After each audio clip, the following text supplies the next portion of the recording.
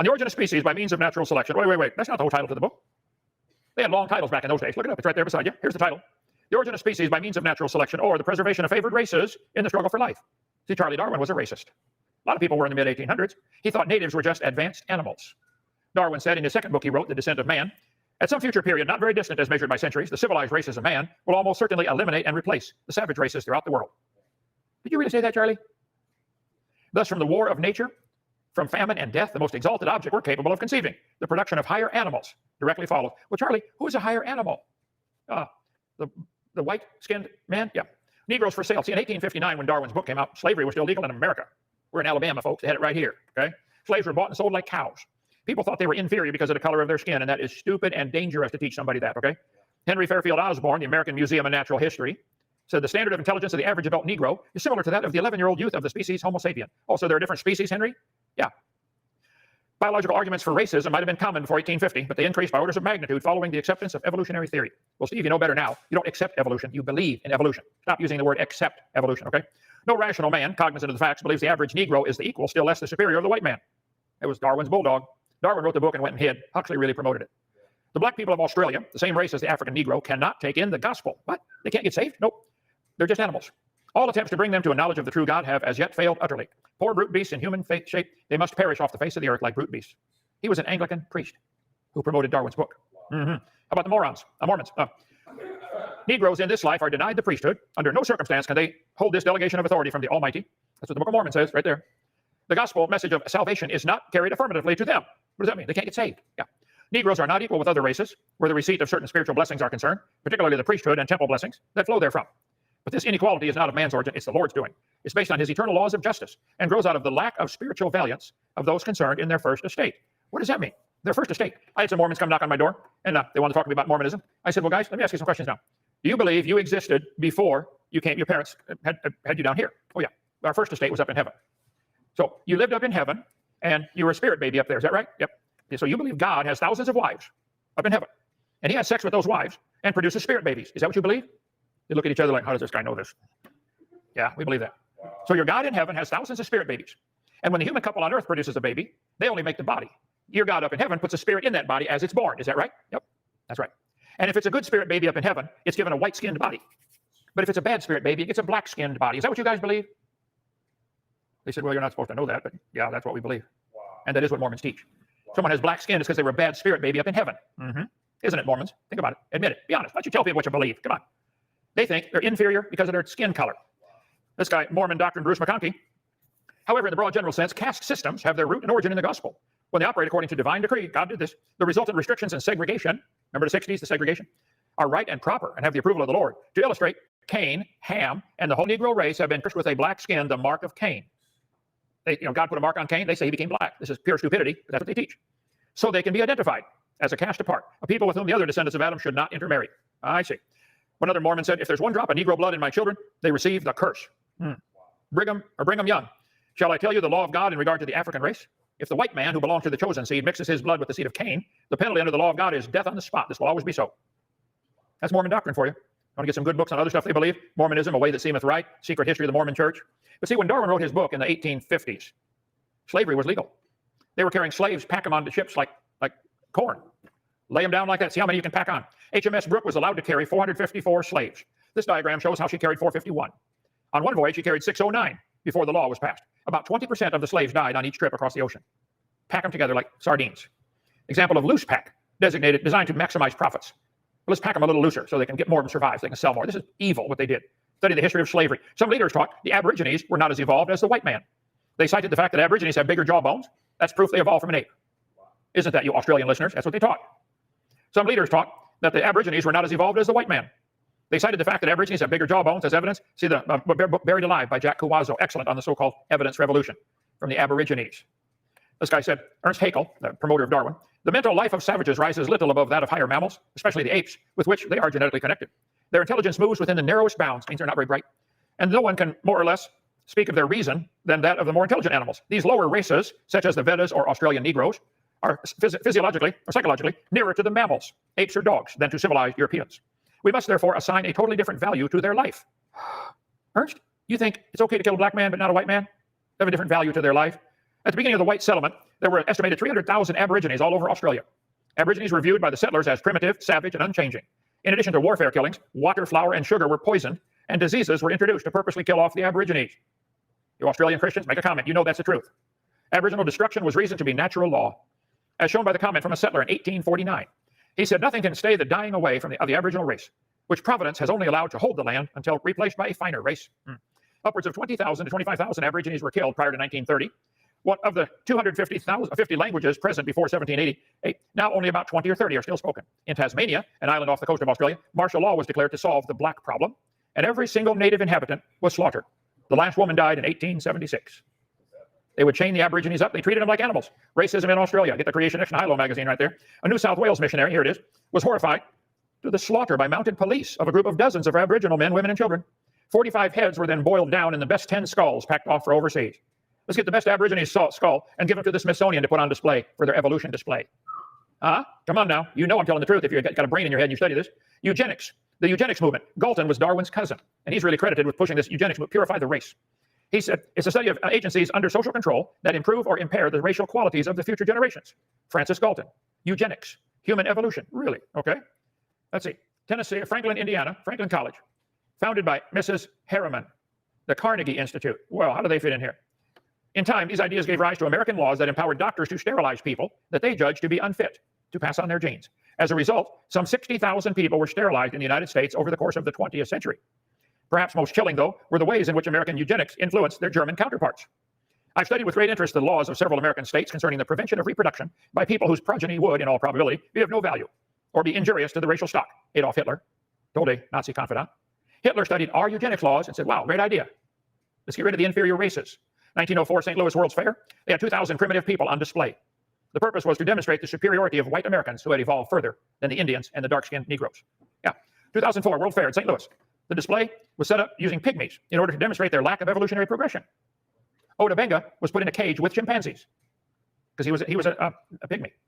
President Roosevelt, influenced by the evolution theory, he thought the inferior races were the Indians and we should eliminate them. Roosevelt said, I wish very much the wrong people could be prevented entirely from breeding. And when the evil nature of these people is sufficiently flagrant, this should be done. Criminals should be sterilized and feeble-minded persons forbidden to leave offspring behind them. That was Theodore Roosevelt. Okay.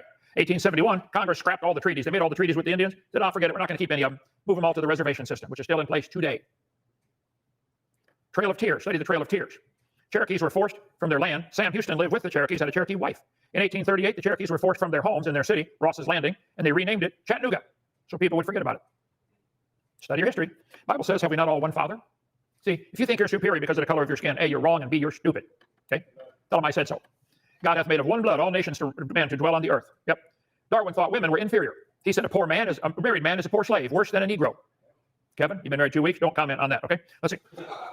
The chief distinction in the intellectual powers of the two sexes is shown by man's attaining to a higher eminence in whatever he takes up than can a woman, whether requiring deep thought, reason, or imagination, or merely the use of the senses and hands. The average mental power in man must be that above women.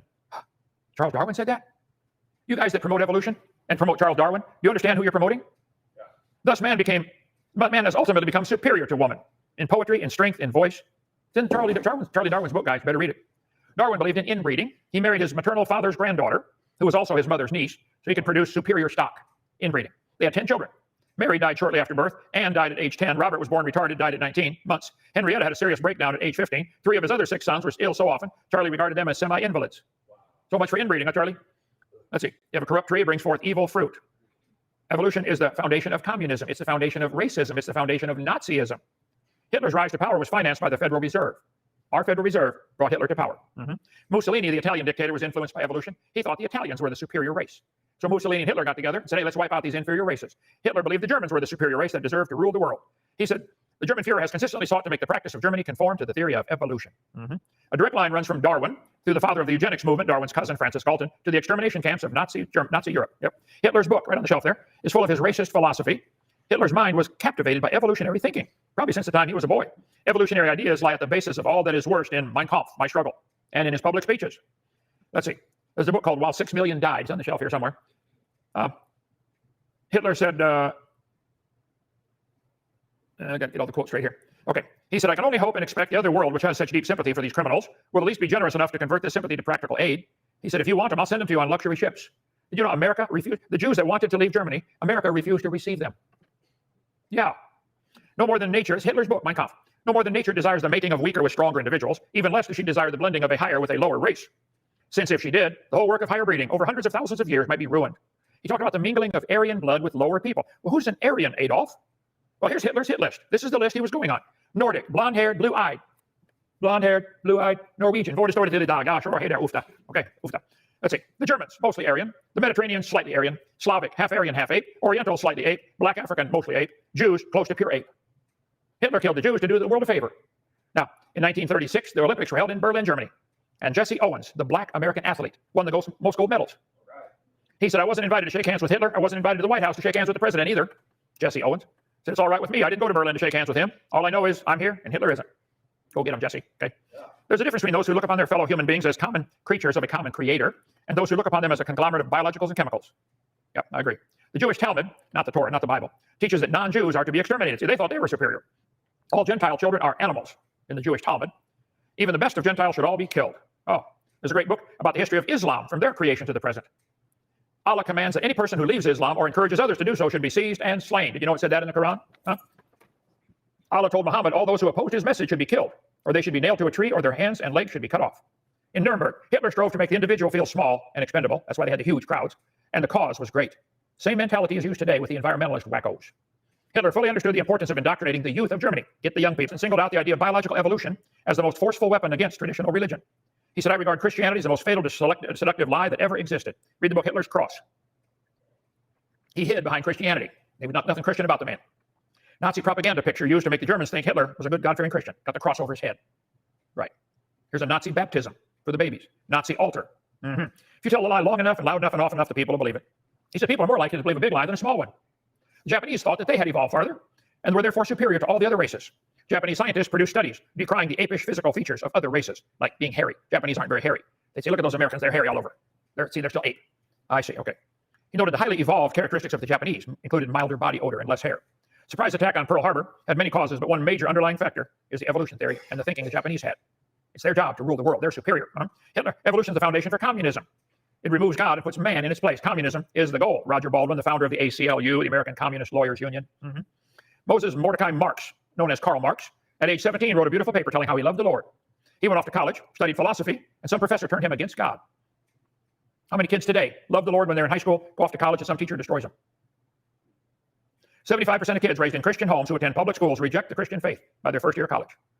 Karl Marx said, my objective in life is to dethrone God and destroy capitalism.